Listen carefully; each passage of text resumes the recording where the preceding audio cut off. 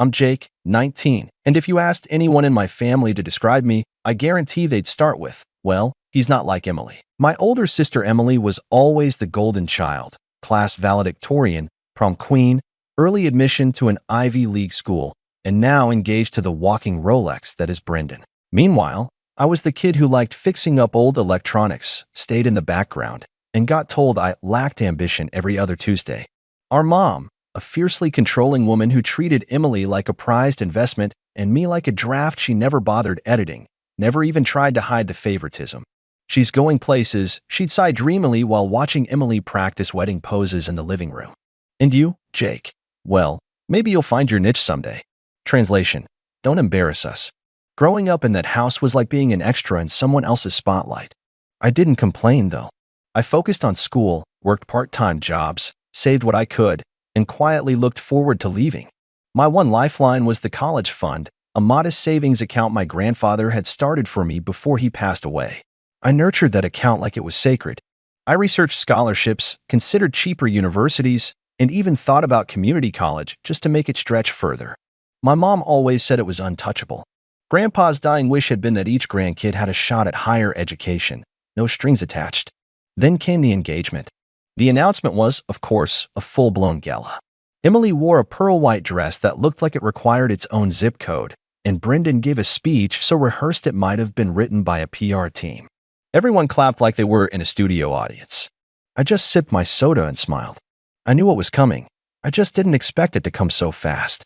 The next weekend, Mom called a family meeting, which basically meant me, her, and Emily sitting at the dining table while she talked and Emily pretended to listen.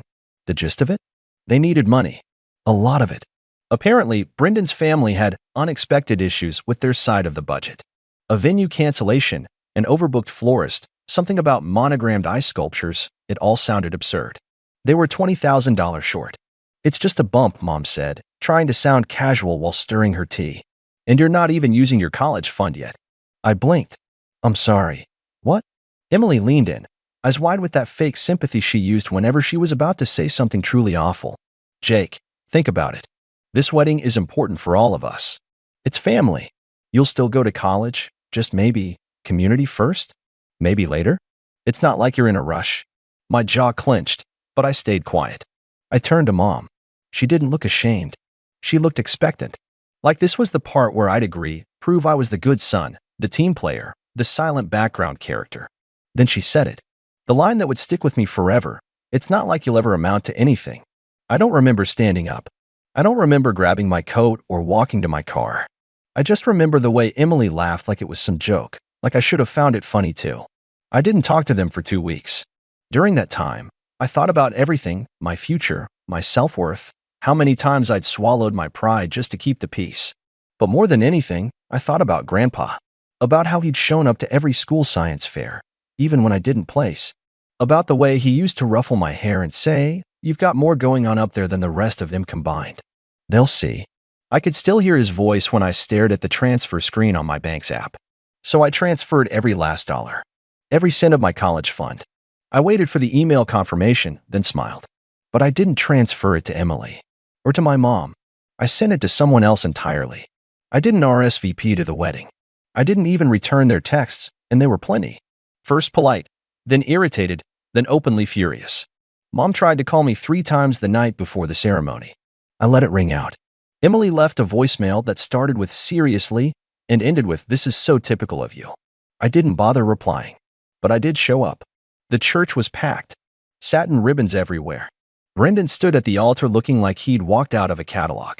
Emily wore a dress so blinding it shimmered under the chandeliers like it was photoshopped in real life. I didn't sneak in quietly. I made sure they saw me. I walked straight down the aisle, ignoring the gasps and whispers. In my hand was a single envelope. Emily's smile faltered the moment she saw me. Mom, sitting front row, went pale. Brendan glanced at me, then at Emily, like he'd just been handed a live grenade and wasn't sure which end would explode first. I stopped 5 feet from them. The envelope in my hand held something they'd never expect, and something that could burn the entire facade to the ground. For a moment, no one moved. No one breathed. It was like the entire church, the rows of overly perfumed guests, the pastel-draped bridesmaids, the fidgeting flower girl who just wanted to go home, was frozen in place, waiting for the next line in a badly written play. I didn't speak. I just looked at my mother. She stood slowly, clutching her purse like it was a shield. "Jake," she said, tight-lipped, the kind of tone she used when she wanted to sound calm but was ready to explode. "We talked about this. You weren't even invited." I turned to Emily. She raised her eyebrows like I was some inconvenience that showed up to ruin her perfect photos. "If this is about the money," she said, not even trying to whisper, "it's already been spent." "Too late." I nodded once. "I know."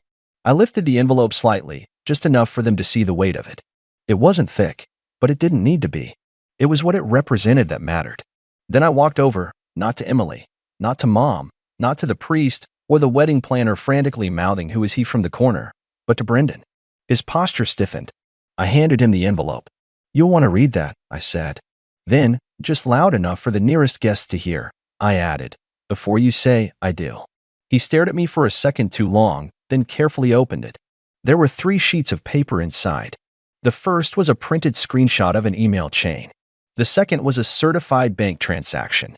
And the third was the reason Emily's jaw tightened so sharply she might have cracked a molar. Brendan's expression shifted as he read. He didn't say anything at first. He just kept flipping pages, slower each time. Then he looked up, blinked like he'd come out of a trance, and asked one quiet, fatal question. "Who is Marcus?" That was the moment it all cracked. Emily blinked. "What?" I didn't flinch. "You heard him. I don't know what you're—" "He does," I interrupted, nodding at Brendan. "He knows now."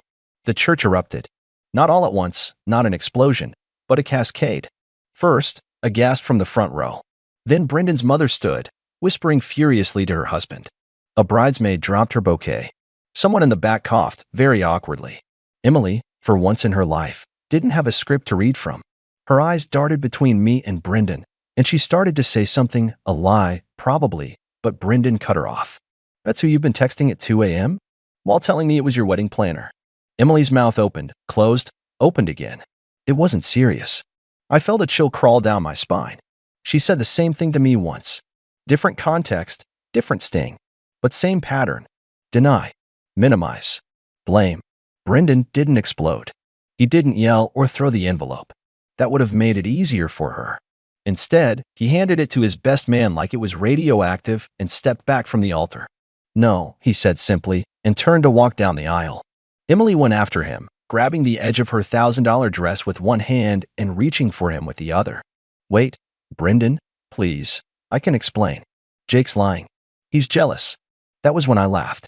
Quietly. Not cruelly, more like someone watching a magician fumble their final trick and drop the cards all over the stage. Brendan didn't turn back. And then my mom. Oh, my mom. She stood like she'd just been slapped in front of royalty, eyes flicking between me, the guests, and the unraveling chaos. Her voice trembled. "How could you do this to your sister?" I faced her fully. "You did this. When you decided I didn't matter.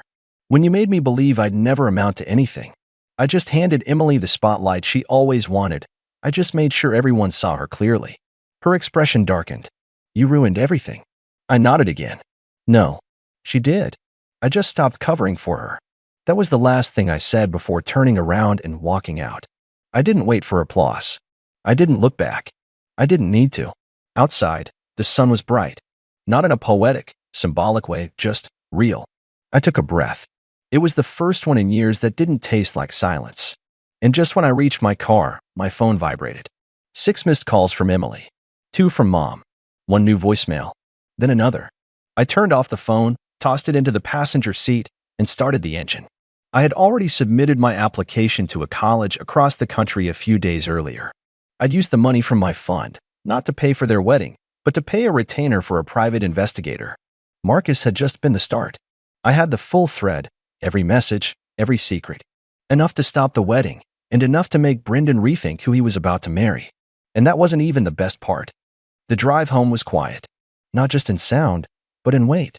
That heavy pressure I'd always felt after family events, the knot in my stomach, the voice whispering "you're not enough," it wasn't there anymore. It was like walking out of a burning building and realizing, for the first time, that the fire had always been around you, not in you. By the time I reached my apartment, I had 14 missed calls. 10 from Emily, 4 from my mom. There were a few texts too, most of them frantic, some angry, A few with the desperate tone of someone realizing the dominoes are already midfall. I didn't open them. I didn't need to. I knew exactly what they'd say. But I did check the email confirmation again. Enrollment complete. Fall semester. I stared at those words for a while. I hadn't planned to send in the paperwork that night. I'd been hesitant, honestly, second-guessing myself, wondering if I was ready, if I was smart enough, if I was just fooling myself into thinking I could be more than the kid who lived in Emily's shadow. But that night, after Mom said those words, "It's not like you'll ever amount to anything," I knew I had to prove something. Not to them. To me. That night, I finally slept. The next morning, my phone buzzed again, but it wasn't Emily or Mom this time. It was Brendan. "Can we talk?" I stared at the message for a good 2 minutes before responding. "Talk or yell?" He replied almost instantly. "Talk. Please." We met at a coffee shop 2 towns over neutral ground. He looked tired, like someone who had just stepped off a roller coaster he didn't want to ride. His hair was messier than I'd ever seen it, and his suit jacket had been swapped out for a hoodie. It was the first time I'd seen him look human. "I didn't believe it at first," he said, once we sat down. "I thought maybe you were trying to sabotage her." But then I confronted Marcus. I raised an eyebrow. "You found him?" He nodded. "It wasn't hard. Your papers had screenshots with timestamps. I called the number. He thought I was you. Started ranting about how she ghosted him last week, promised to make it work after the wedding, and then blocked him when he asked if she was really going through with it." I sipped my coffee. "Sounds about right." He paused. "She lied to me. Repeatedly. Told me you were unstable. That you were angry because she got everything, and you couldn't stand her happiness. She wasn't wrong about that part," I admitted. "I was angry, but not about her happiness. I was angry that the one thing I had, my future, was disposable to her. And to my mom." He looked at me for a long moment. "She's always been like that, hasn't she?" I nodded slowly. "She just had enough people covering for her that she never had to change." Brendan leaned back in his seat, eyes distant. "I can't believe I almost married her." I didn't say anything. I didn't need to. He pulled something out of his coat pocket, a check. "I know it won't fix everything," he said, "but I want you to have this. For your college. Or whatever you want. You kept me from making the biggest mistake of my life. That's worth more than a thank you." I stared at the check. 25,000. More than what I'd even saved. I didn't touch it right away. "I didn't do this for you," I said quietly. He smiled. "I know. That's why it meant something." I took the check. By the time I got home, Emily had called 5 more times. Her last voicemail was just her crying. Not words. Just sobbing. The kind of ugly, hiccuping cry that didn't sound like her at all. I listened to it once, deleted it, and blocked her number. Then I did the same with Mom's. For the first time in my life, I didn't feel guilty. But here's where it gets interesting. 3 days later, I got a letter in the mail. Handwritten, no return address. I almost tossed it, thinking it was some passive-aggressive guilt trip from Mom. But the handwriting didn't match. And inside wasn't a letter, it was a photograph. An old one. Of me and Grandpa, standing in front of his garage, both of us grinning with grease-covered hands from working on a broken lawnmower. On the back was a note. "You always saw things for what they were. Don't forget who you are. Love, G." I stared at the photo for a long time. Then I looked up, around my small apartment, the stack of old tech I'd been meaning to fix, the acceptance letter tacked onto the fridge. Someone had sent that on purpose. Someone who knew what it would mean. But I hadn't told anyone I was going to college again. Not even Brendan. And that's when I started to wonder, was someone else watching this whole thing unfold? Was someone still pulling strings, just in the background? That's when I found the second envelope, tucked under my door, sealed with wax. And that is when everything really started to change. The wax seal was deep red, almost burgundy, and pressed with a crest I didn't recognize, just an ornate G inside a circle, like something out of an old novel. For a second, I thought maybe it was a prank. Maybe Brendan had gotten creative. But something about the envelope felt old, intentional, like whoever sent it had thought about this moment for a long time. I took it inside, sat down at my small kitchen table, and opened it with the kind of care usually reserved for ancient documents or defusing bombs. Inside was a single letter, written in familiar handwriting. Neat, slightly slanted, faded in a way that made my chest tighten before I even read a word. "Jake, if you're reading this, it means the worst parts of the family finally reached you, like I always feared they would. I hoped, truly hoped, that somehow you'd be spared the ugly parts. The manipulation. The favoritism. The feeling like you were never enough. But I know you. And I know you probably didn't just sit back and take it. If you're anything like I remember, you handled it your way. Quietly. Precisely. And probably with a screwdriver in one hand. I couldn't help but smile. My eyes were already burning, but I kept reading. I left something for you. Not just the college fund. That was the easy part. I left you the rest of what I had, too. The house. The tools. The account they don't know about. Your mom didn't want me to. She said you wouldn't appreciate it. That Emily needed it more. But I saw how she treated you even when you were a kid. I saw the way she twisted you into someone quiet, someone small. And I made a decision. So I put it all in a trust. Not just in your name, but with conditions only you could fulfill. And if you're holding this letter, it means those conditions were met. You stood up for yourself. You protected something sacred. You didn't let them win. Now go live the life they said you couldn't. Love always, Grandpa. Below that was a set of instructions. A key code. A bank name. A list of assets. My hands were trembling as I flipped through the last page. There it was, a portfolio summary. Investments, savings, bonds. He had quietly grown the money over the years. And it wasn't just enough for tuition anymore. It was enough to pay for an entire degree, housing, living expenses, and still have a cushion left over for a future. There was also a deed. For his house. He'd left it all to me. Every last thing they assumed would fall into Emily's hands. Every tool I used to work on old radios as a kid. Every wooden shelf lined with coffee cans full of screws sorted by size. Every corner that smelled like oil, sawdust, and something warm I hadn't felt since the last time I hugged him. I sat at that table for hours. It wasn't the money that made me cry. It was the fact that someone, once, saw me, believed in me, had faith in the person I hadn't even become yet. And he'd fought quietly, even after death, to make sure I had a chance. Later that week, I drove out to his house.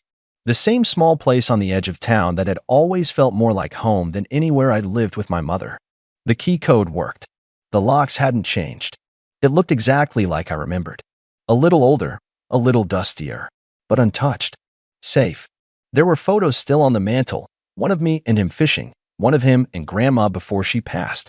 And in the corner of the garage was the old bench I used to sit on while he worked, my legs swinging too short to reach the ground. I stayed the night there. Not because I had to, but because I wanted to.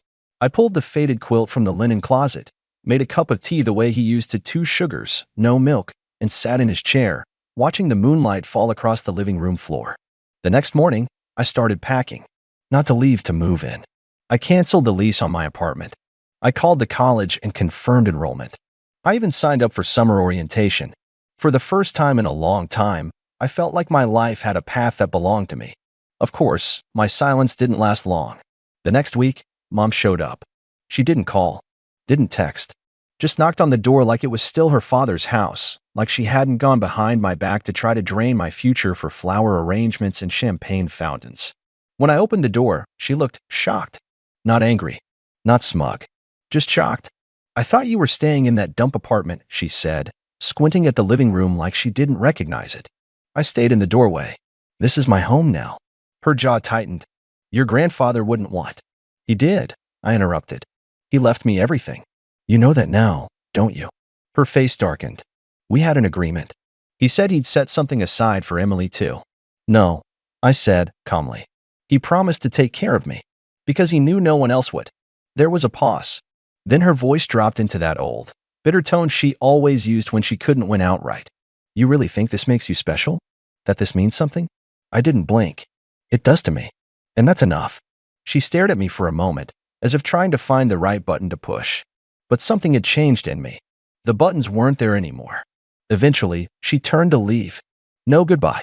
No threat. Just a stiff, furious walk back to her car like she couldn't stand the sight of a world where I had something she didn't control. Emily never came by. She sent one last text, an apology of sorts. It said, "I was under pressure. I didn't mean it like that. Can we please talk?" I left it on read. A month later, I started college. Walked into my first class wearing a beat-up hoodie, carrying a refurbished laptop I'd rebuilt myself, and sat in the front row. The professor handed out a syllabus. I took notes. I listened. And for the first time in my life, I didn't feel like the kid in the background. I felt like someone with a future. Someone who didn't need permission to exist. I fixed up Grandpa's house over the next year. Nothing dramatic, just cleaning, repairing, painting. I kept everything that mattered exactly where it was. The house didn't need to be changed. It just needed someone to love it again. And as for Brendan, he ended up writing me a letter too. Handwritten. Thank me again. Said he started therapy. He'd been with Emily for years and said the longer he looked back, the more cracks he saw in the foundation. I believed him. He also said he might pursue law school after all, now that he wasn't funding someone else's illusion of a perfect life. The check he gave me? I didn't cash it. I framed it. A reminder. Not of revenge. Of freedom. Because sometimes, the best revenge isn't ruining their life. It's reclaiming your own. And I did. Every single inch of it.